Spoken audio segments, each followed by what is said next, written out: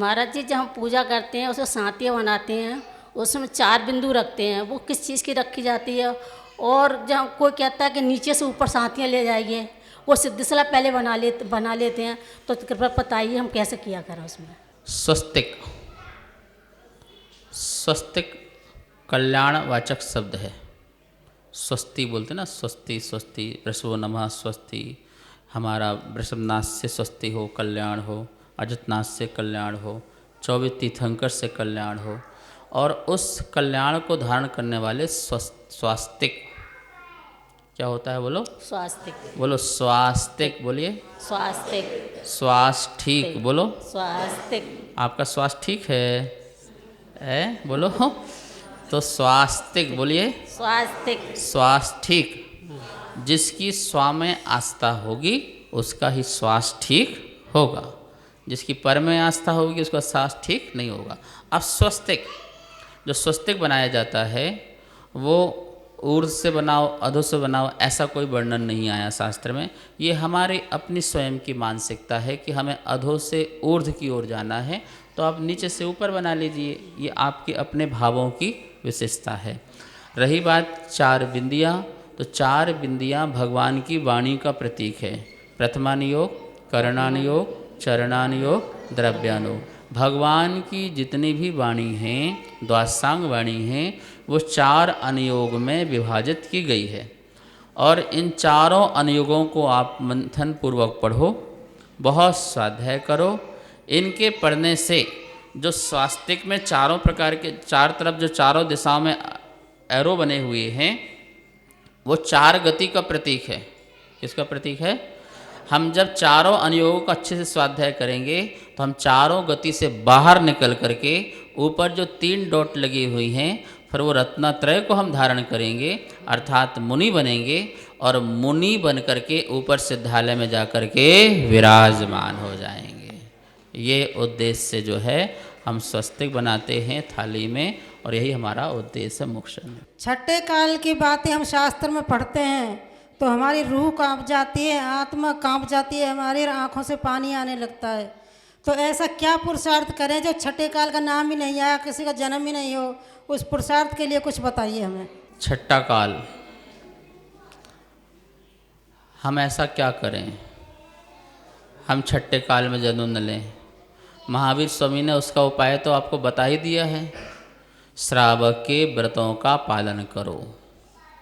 जो श्रावक के व्रतों का पालन करता है वो छठे काल में क्यों जन्म लेगा? वो तो वैमानिक आदि देव में जन्म लेगा, फिर आकर के मनुष्य आदि जन्म में लेकर के मुनि बन कर के मोक्ष को प्राप्त होगा। तो जो 6 आवश्यक बताए हैं श्रावक के, उनका पालन कीजिए, व्रतों का पालन कीजिए। अणुव्रत, गुणव्रत, शिक्षा व्रत, ये 12 प्रकार के व्रत हैं, उनका पालन कीजिए। 8 जो मूल गुण हैं श्रावक के कहे हैं, उनका ध्यान रखिए। सप्त व्यसनों का त्याग कीजिए। देव शास्त्र गुरु से अपने को जोड़ के रखो।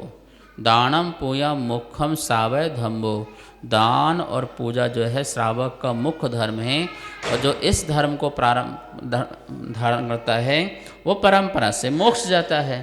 तो परंपरा से मोक्ष जाने वाले जीव जो हैं वो क्यों छठम काल में जाएंगे? ठीक है ना। और तुम्हारी रूह काँप रही है तो श्रीफल चढ़ाओ, छुल्लिका बनो और दीक्षा लो और अपना आत्मकल्याण करो। क्यों घर में पड़ी हुई हो? पढ़ने के बाद तो परिवर्तन होना चाहिए, समझने के बाद हमें परिवर्तन होना चाहिए, क्रांति आना चाहिए। क्या होना चाहिए? क्रांति। अब देखो छुल्लिका माता नहीं पढ़ा, छुल्लिका बन गई ना, आज केस लॉन्च भी किया उन्होंने। तो ऐसा अपना आत्मकल्याण करो, तभी हम जा कर के दुर्गति के पात्र नहीं होंगे। किसके नहीं होंगे? दुर्गतियों में नहीं जाएंगे, नरकों में नहीं जाएंगे, तिरंचों में नहीं जाएंगे, छठम काल में पैदा नहीं होंगे।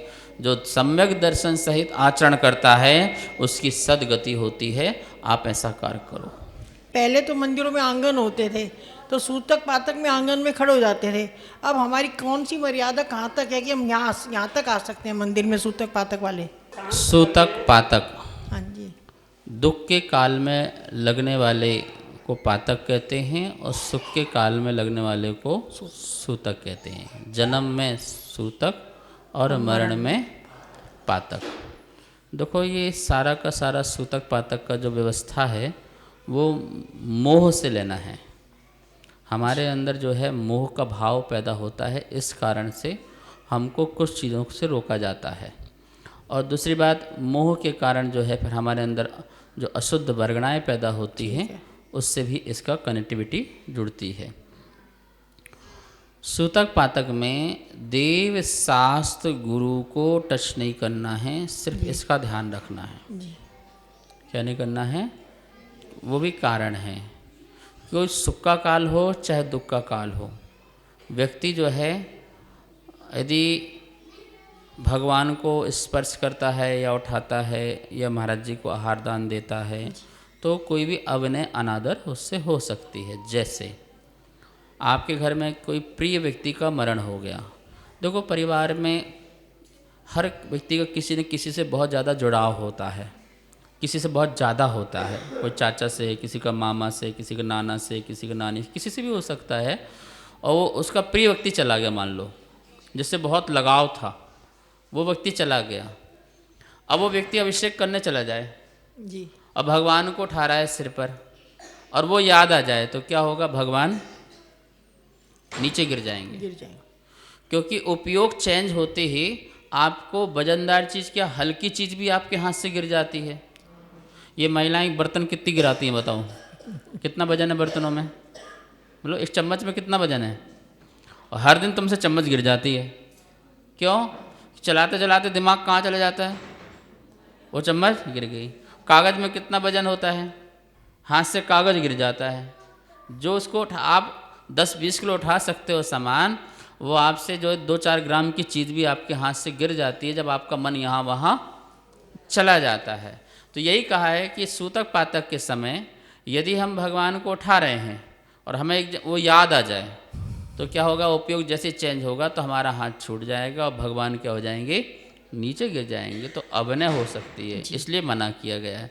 ऐसे गुरु को आहार दे रहे हैं सूतक पातक में, और आप चम्मच पकड़े हुए हो, चम्मच छूट गई, महाराज जी के हाथ में चली गई, तो महाराज जी अंतराय कर देंगे, तो वो अंतराय हो जाएगा। शास्त्र पकड़े हो, शास्त्र पढ़ रहे थे, एकदम से वो याद आया और शास्त्र गिर गया, तो अभिनय हो जाएगा।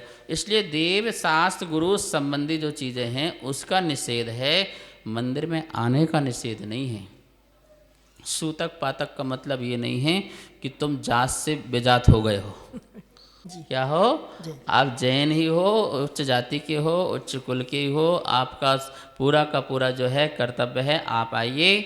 बस जो महिला बच्चे को जन्म देती है उसके शरीर से अशुद्धि निकलती है, इसलिए उसको 40 दिन रोका गया है, वो 40 दिन ना आए, ठीक है ना।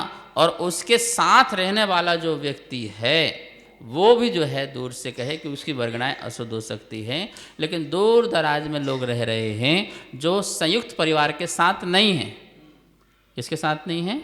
संयुक्त परिवार के साथ नहीं है, उनके साथ नहीं है, तो उन्हें तो मंदिर में आओ, आप बैठिए, अंदर आइए, बस भगवान को मत उठाइए, गुरु को आहार दान मत दीजिए और शास्त्र मत उठाइए, बाकी जो कुछ हो आप सब कर सकते हैं, ठीक है ना। नमोस्तु महाराज। कार्यक्रम अगमधारा के पुण्यार्जक थे। श्री दिगंबर जैन मंदिर, लोधी कॉलोनी, दिल्ली।